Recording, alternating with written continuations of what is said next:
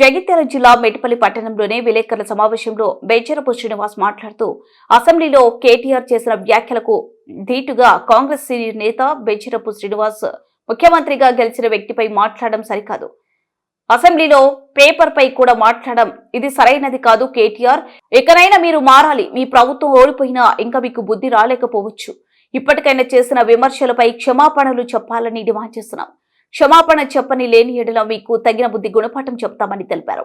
కేవలం తన అధికారం కోల్పోయిన నౌకస్తోని ఇవాళ హరీష్ రావు గాని కేటీఆర్ గారు అందరూ కాంగ్రెస్ ప్రభుత్వం పైన రేవంత్ రెడ్డి గారి పైన గడ్డం ప్రసాద్ పైన మిగతా కాంగ్రెస్ పైన రోజు ఒక ఇది చిల్లర రాజకీయాలుగా చిల్లర వ్యవహారంగా మాటలు కూడా ఒక అసభ్యక పదంగా మాట్లాడుతుందో రేవంత్ రెడ్డి అనేటుడు ఈ ప్రజాస్వామ్యంలో ఎలక్షన్ల గెలిచి రాజ్యాంగబద్ధంగా ఉన్న ఒక ముఖ్యమంత్రి పదవిని అధిష్ఠించారు.